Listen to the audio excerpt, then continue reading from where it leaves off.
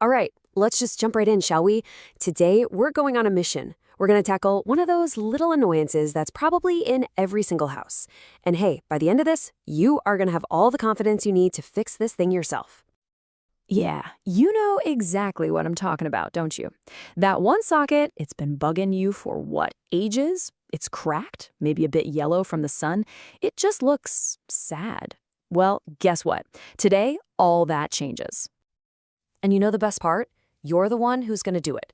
I'm going to be right here walking you through every single step, and we're going to make absolutely sure we do it safely. Seriously, you've totally got this. Okay, so before we even think about touching a screwdriver, we have to talk about the golden rule, the most important part of this whole thing, safety. This is the one step you absolutely, positively cannot skip. See this number? This is our magic number, 0. That's our goal. We have to be 100% sure there are 0, zip, nada, volts of electricity flowing to that socket before we start. So, how do we get to 0? It's a simple 2-step check. First, you're going to head over to your consumer unit, the fuse box. Find the right switch for the sockets in that room and flick it off. But wait, don't just trust that switch. Step 2 is absolutely crucial. Grab a lamp that you know works, plug it into the socket, and try to turn it on. Or, if you've got one, use a voltage tester. If that lamp stays dark, then you're good to go. You gotta double check, every single time.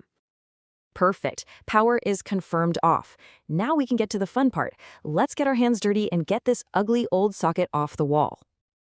Okay, this part's easy. Just grab a screwdriver and undo those 2 screws on the faceplate. Then, nice and easy, just gently pull the whole thing forward out of the wall.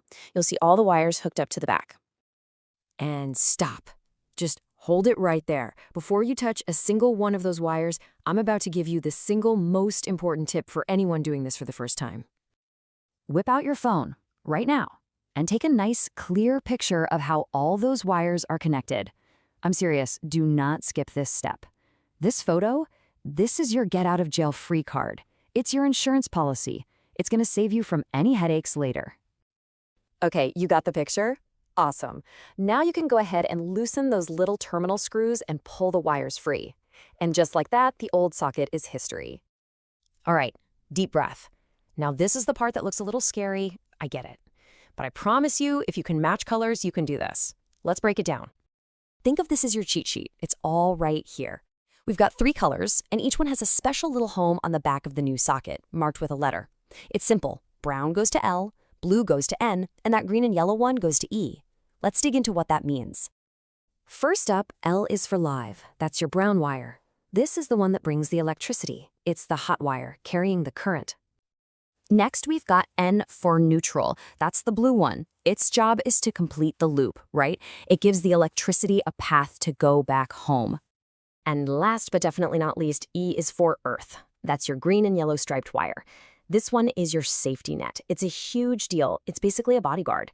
If something goes wrong and a live wire touches something it shouldn't, the earth wire zaps that dangerous electricity safely away to the ground, which trips the breaker. It saves you from getting a nasty shock.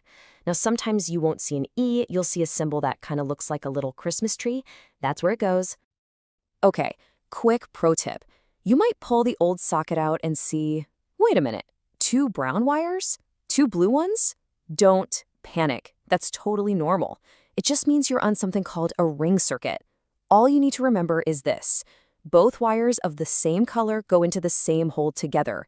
Just make it look exactly like that picture you took. Your photo is your guide. And that's it. You are on the home stretch. The hard part's over. All the wires are in their new homes. Now we just have to tuck it all back in, nice and neat. So let's run through a quick list of do's and don'ts.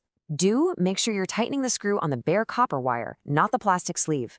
And do give each wire a gentle little tug to make sure it's snug. Now, when you're pushing it all back in, don't trap or pinch any wires. And please, don't go crazy tightening the faceplate screws. You'll crack your brand new socket, and nobody wants that. Okay, that's it. The hard work is done. Mission accomplished. Almost. Let's bring this thing to life. It is time for the moment of truth. Head back to the fuse box, find that switch, and flip the power back on. Okay, now grab that lamp we used earlier, plug it in, switch it on, and voila! We have power. Success! See? That was so much more than just swapping out a piece of plastic, wasn't it? It was simple, you did it safely, and you're a little bit smarter for it. I'd call that a major win. So go on, take a second. Admire your handiwork. You just upgraded your own home with your own 2 hands. That's awesome. So the only question now is, what simple fix are you going to conquer next?